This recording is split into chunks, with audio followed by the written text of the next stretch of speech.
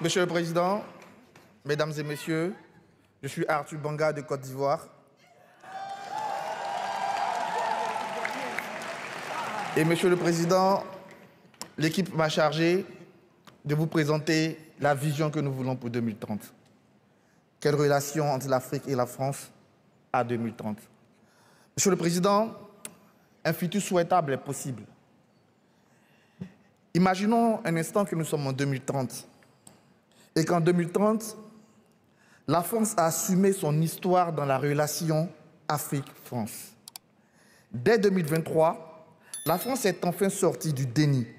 Elle a reconnu sa responsabilité sans tomber dans le piège de la recherche de la pureté. Monsieur le Président, le travail de mémoire de l'esclavage et de la colonisation est enfin permis.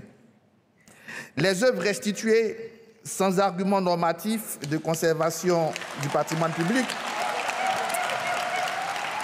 ces œuvres-là participent de cette réparation, Monsieur le Président.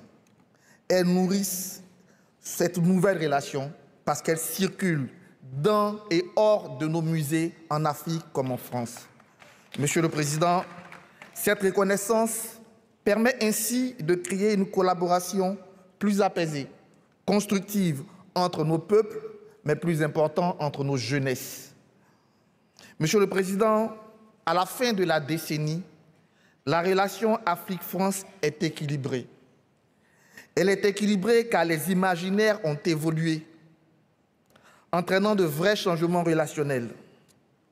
Ils ont d'abord évolué avec le vocabulaire. L'attention toute particulière portée par la France aux éléments de langage et à la posture pour sortir du rabaissement, conscient ou inconscient, ont permis en 10 ans de changer les choses, les mots et les actes de la relation. Monsieur le Président, on ne parlera plus d'aide ou de développement, mais de partenariat et de co-construction.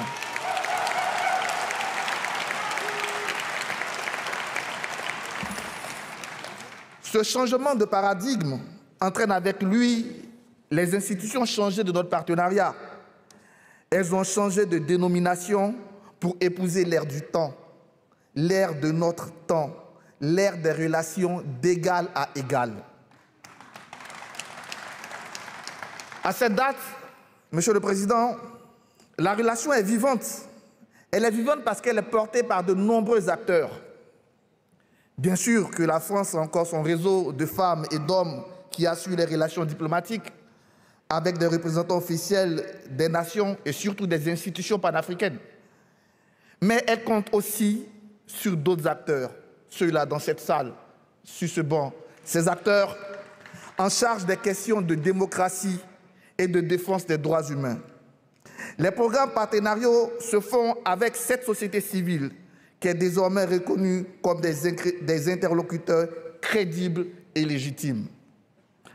On est sorti du brouillage des pistes grâce à la mobilisation des partis civils et des jeunes qui réfléchissent ensemble par-delà la Méditerranée à leur interdépendance dans une relation qui vit. Monsieur le Président, le rapport du professeur Achille Mbembe nous propose un fonds de la démocratie.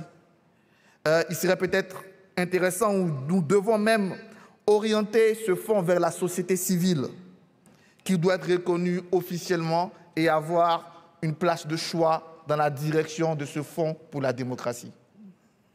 En 2030, Monsieur le Président, notre relation est débarrassée des scories symboliques d'une époque de domination révolue. Monsieur le Président, le franc CFA et ses réserves associées sont un lointain souvenir, puisque l'Afrique a désormais sa propre monnaie, une monnaie qu'elle gère en totale liberté.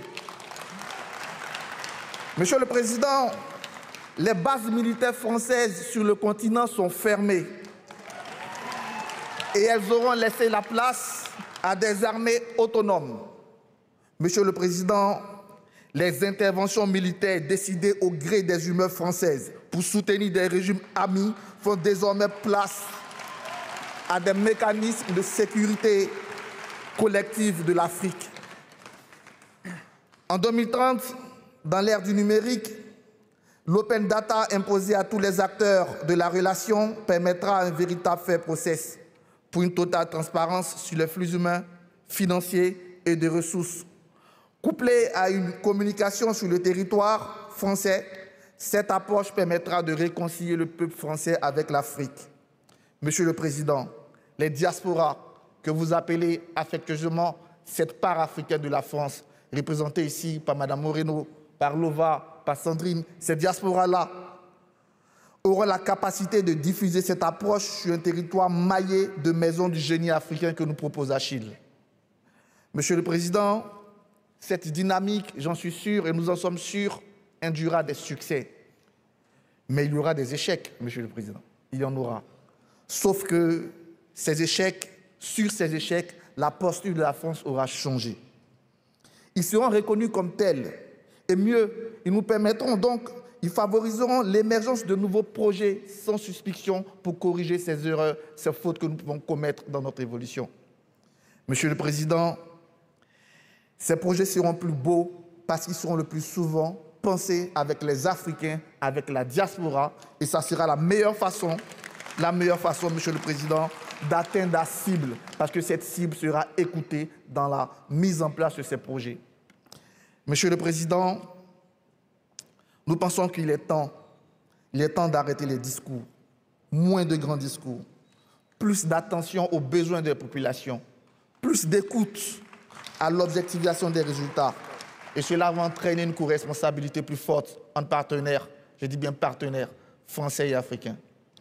Monsieur le Président, en 2030, comme on l'a dit tout à l'heure, notre continent est jeune, il est plein d'espoir. Et donc en 2030, l'Afrique sera une source d'innovation et de solutions. Solutions fondées sur la nature, pour elle-même l'Afrique, mais aussi et surtout dans ces moments que nous vivons, ce sont des solutions pour la France et pour tout le reste de l'humanité. Les compétences endogènes de l'Afrique sont remises au cœur des savoirs communs grâce à une circulation plus accrue des étudiants de part et d'autre de nos territoires. À l'équivalent, on revient encore aux propositions d'Achille, à l'équivalent d'un programme Erasmus africain, à des campus multidisciplinaires et multiculturels accueillant des étudiants d'Afrique et de France, à des partenariats de recherche équilibrés, favorisant la montée en puissance de centres de recherche sur le continent. Monsieur le Président, par ces solutions, l'Afrique doit inspirer la France. Parce qu'aujourd'hui, le continent africain a des pratiques numériques avancées qui pourraient inspirer vos pays. Monsieur le Président, c'est une question de regard. Ceci se fera dans la relation Afrique-France, un terreau de solutions, une meilleure gestion de la crise climatique, un emploi plus efficient du numérique et la construction d'un bien commun. 2030, c'est de la prospective à court terme. Le chemin est semé d'embûches, mais c'est pour cela que nous allons le parcourir ensemble à partir d'aujourd'hui. Cette lecture prospective que l'équipe vous propose, mêlée aux propositions d'Achille, Monsieur le Président, doivent constituer, et nous le revendiquons, doivent constituer la feuille de route pour ces 10 prochaines années dans les relations entre la France, entre l'Afrique et la France. Monsieur le Président, après votre écoute, je vous invite au dialogue pour construire ensemble 2030, car c'est ensemble que nous devons créer les conditions d'un nouveau départ et engager une nouvelle relation entre l'Afrique et la France. Monsieur le Président, cessons les palabres, cessons les leçons de philosophie, soyons concrets, prenons dès à présent des mesures qui marquent le tournant de cette relation Afrique-France. Et pour cela, je vous invite à dialoguer avec ces 11 jeunes, en commençant par ma voisine du Nord, Elda, qui représente le Burkina. Merci.